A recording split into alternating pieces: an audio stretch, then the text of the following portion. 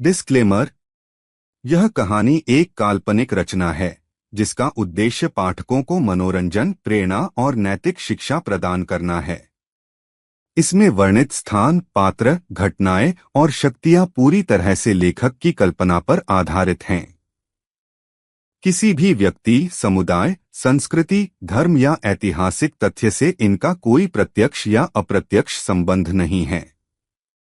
यदि किसी को इससे कोई असुविधा होती है तो वह पूर्णतः अनजाना और अनचाहा संयोग है।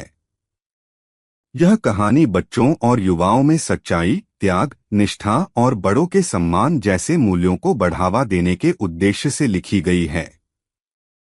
प्रस्तावना। बहुत समय पहले की बात है, एक रहस्यमयी नगर था, समयपुर। यह नगर आम नजरों से छिपा हुआ था और केवल वे लोग ही वहां पहुंच सकते थे जो सच्चे दिल, साहस और नैतिकता से भरपूर हों। इस नगर की सबसे बड़ी विशेषता थी समय फूल।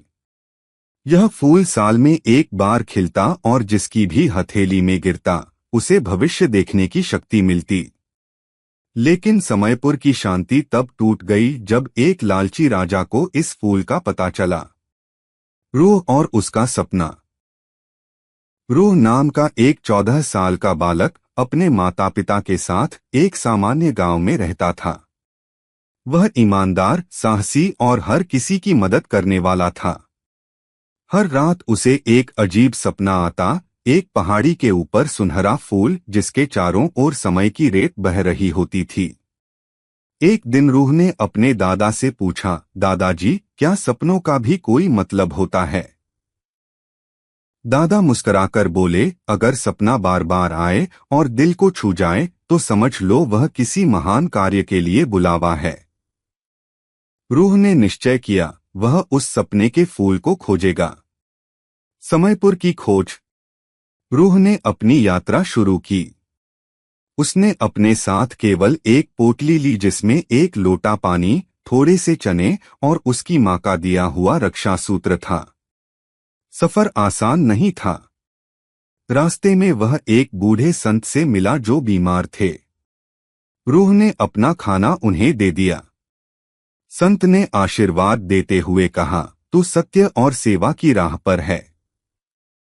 समयपुर तुझे अवश्य मिलेगा। कुछ मील आगे चलकर रूह एक झरने के पास पहुंचा। वहां एक पत्थर पर कुछ लिखा था, जहां समय ठहरता है वहीं समयपुर बसता है। रूह ने महसूस किया कि झरने के पीछे एक गुप्त गुफा है। जैसे ही उसने अंदर कदम रखा, एक रहस्यमय प्रकाश फैल गया और वह एक नई दुनिया में पहुंच गया, समयपुर। समयपुर की दुनिया। समयपुर एक चमकता हुआ शहर था। हर पेड़ पर घड़ी के डायल थे, नदियां उल्टी दिशा में बह रही थीं और लोग हवा में तैरते दिखते थे। लेकिन वहां का माहौल भयभीत था। लोग डरे हुए थे। रूह ने एक लड़की अन्या से पूछा, यहाँ के लोग इतने डरे हुए क्यों हैं? अन्या ने कहा, हमारा समय फूल अब नहीं खिलता, क्योंकि कोई बाहरी लालची आत्मा इसे चुराने की कोशिश में है। अगर फूल गलत हाथों में गया तो समय ही खत्म हो जाएगा।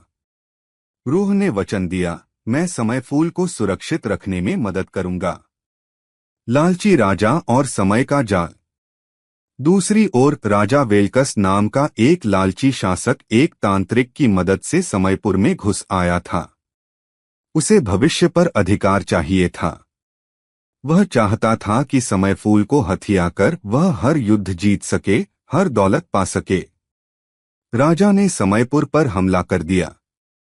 लोगों को बंदी बना लिया और फूल को खोजने लगा। रूह ने अन्या और कुछ समयपुर के निवासियों के साथ मिलकर एक योजना बनाई। वे कालवृत्त नामक पहाड़ी पर चढ़े जहां फूल हर साल खिलता था। समय फूल की परीक्षा।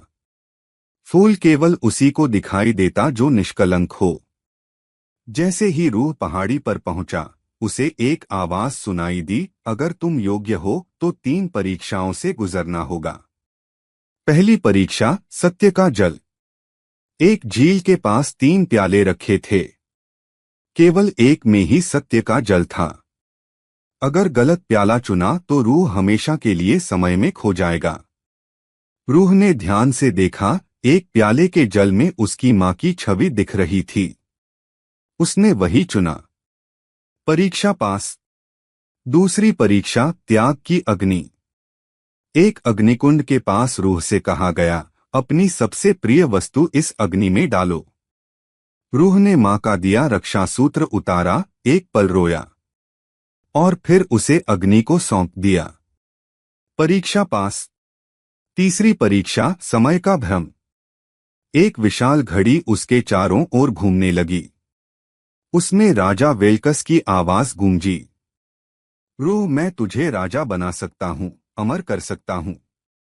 बस यह फूल मुझे दे दे। रूह ने कहा, मुझे राजा नहीं बनना, मुझे सिर्फ समयपुर को बचाना है। अचानक सब कुछ शांत हो गया और उसके हाथ में समय फूल प्रकट हुआ। अंतिम युद्ध। जैसे ही रूह नीचे लौटा, राजा वेल्कस ने उस पर हमला कर दिया। एक जोरदार युद्ध हुआ, लेकिन जैसे ही रूह ने फूल हवा में उछाला, एक तेज प्रकाश फैला और समय ने खुद को पुनः संगठित किया। राजा वेल्कस समय के भीतर कैद हो गया, एक ऐसी घड़ी में जहां हर पल उसके लालच को दर्शाता रहे। सम्मान और विदाई। समयपुर फिर से खिल उठा। लोग खुशी से झूम उठे। समय फूल की शक्ति अब केवल भविष्य देखने की नहीं रही, बल्कि वह अब नीति और नियत की पहचान बन गया था।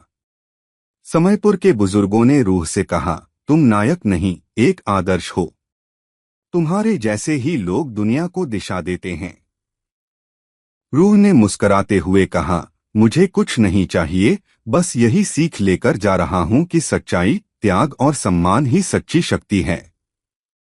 समयपुर ने रूह को आशीर्वाद दिया और वह अपने गांव लौट आया, लेकिन अब वह सिर्फ एक लड़का नहीं था, वह एक कहानी बन चुका था। Moral of the story. सच्ची शक्ति भविष्य देखने में नहीं, बल्कि सही निर्णय लेने में होती है। जब हम सत्य, त्याग और दूसरों के भले के लिए काम करते हैं, तो हम समय से भी महान बन जाते हैं। तो दोस्तों, यह थी रूह की प्रेरणादायक यात्रा, एक साधारण लड़के से असाधारण नायक बनने की कहानी। इस कहानी ने हमें सिखाया कि सच्चाई, त्याग और सेवा की राह कभी खाली नहीं जाती। असली ताकत हमारे कर्मों और हमारे संस्कारों में होती है। अगर आपको यह कहानी अच्छी लगी हो और इससे आपको कुछ सीखने को मिला हो, लाइक करें, कमेंट करें, बताइए कि आपको इस कहानी से क्या सीख मिली। शेयर करें अपने दोस्तों और परिवार के साथ। और हाँ, चैनल को सब्सक्राइब करना न भूलें ताकि ऐसी और भी दिल को छू लेने वाली कहानियां आप तक पहुंचती रहें।